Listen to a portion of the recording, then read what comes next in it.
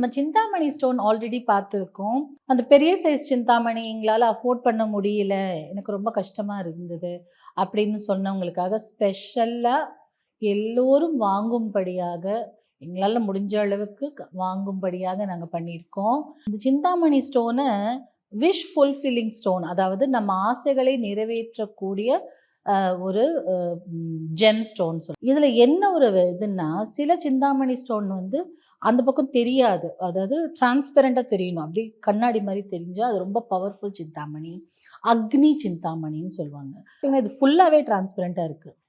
இப்போது நான் ஒரு லைட்டில் வச்சு காமிக்கிறேன் பாருங்களேன், என்னோட ஃபோனோட லைட்டில் அவ்வளோ டிரான்ஸ்பரண்ட், கம்ப்ளீட் டிரான்ஸ்பரண்ட், அத்தனை பவர்ஃபுல். இது பணத்தை ஈர்த்து கொடுக்கும், நல்ல நாலேஜ் கொடுக்கும், ஸ்பிரிச்சுவல் ஜேர்னியில் இருக்கிறவங்களுக்கு பெருமளவில் இது உதவும். சிந்தாமணி ஸ்டோன், இதில் இது அக்னி சிந்தாமணி. இதை பெண்டண்ட்டாக பண்ணி போட்டுக்கலாம். ட்ரை பண்ணி பாருங்கள். நீங்கள் சும்மாவே ஒரு சின்ன பெண்டண்ட்டாவோ இல்லை பேக்லேயோ போட்டு வச்சுக்கோங்க, உங்களுக்கு இது ஆட்டோமேட்டிக்காக பணம் கொடுத்துட்டே இருக்கும்.